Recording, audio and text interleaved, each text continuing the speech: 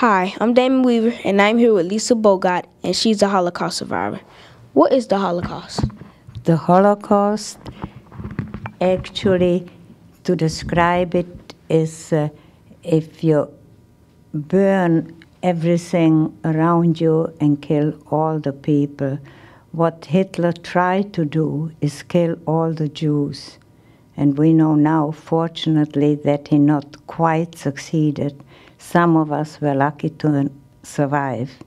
And we are now here as witnesses to the Holocaust to tell what happened at that time. What happened to you and your family during the Holocaust? My family and I, first of all, I have to tell you, in my family, besides my parents and my brother, we were 43 people in my family. And everybody was killed. I was the only one to survive. My parents and my brother and I were at one time in the same camp together, but then they were taken from that camp to Auschwitz by cattle cars, of course, and they all were killed there. How did you feel when you found out that your family was killed? Well, it's hard. I don't think I can describe it in words. Actually, I found out in little stages because they were on a special transport, and I found out that they all went into the gas, and that one particular night, March 7th. Prior to that, they were permitted to send a card post-dated to March 27th from Auschwitz to anybody who still was in another camp. And my father sent a card to me. On that card he said, "We arrived here, we're doing well, we have enough to eat, don't worry about us." But I knew something at that point was wrong because he misspelled his name and my name. We didn't have names, we were numbers, but he misspelled it. So I knew something was wrong. The next thing, step 2, that I learned about what had happened was when death transports were coming back to our camp, and on the death transports were people who were in Auschwitz when this particular transport of 5,000 was gassed. And that's the first time I heard about it. And somehow I still didn't grasp it, and I was more or less numb. But it is hard to put it into words, and it just had to sink in slowly. And day by day, after the war was over, already back in Prague, I still went.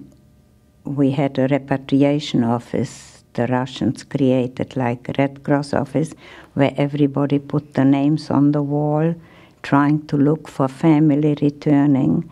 And day after day and week after week and month after month, I finally found out that nobody survived in my family. And many people, including myself, researched, never gave up hope, still hoping someday I will find somebody, but it never happened. I lost all 43 people in my family. What age were you during the Holocaust? I was 13 when Germany occupied our country. I'm from Czechoslovakia, now Czech Republic. Germany occupied our country on March 15th, 1939. I was 13 years old at the time, and I was 19 when I was liberated in the camp Theresienstadt, Terezin, by the Russian army. What was it like being in a concentration camp? Well, in this particular camp, we were treated as slave labor. We had to work all the time from early morning till late at night. We lived on a starvation diet. We lived in fields. We lived continuously under danger for whatever reason to be killed. Sometimes the SS was just playing games with us and killing just if you walked on the street and touched somebody. And there were always transports going out. You always lived in the fear of being shipped to another camp or killed someplace. Were you scared during the Holocaust? Was I scared? No, I don't think scared is the right word to describe it. We were maybe afraid that we won't be able to do this or that and we would be punished for it or killed. But we tried, and this was a way of resistance, to live, survive from one day to the next. As a matter of fact, we even tried, by keeping our brains going, teaching younger people with us in the barrack, the older ones would teach us.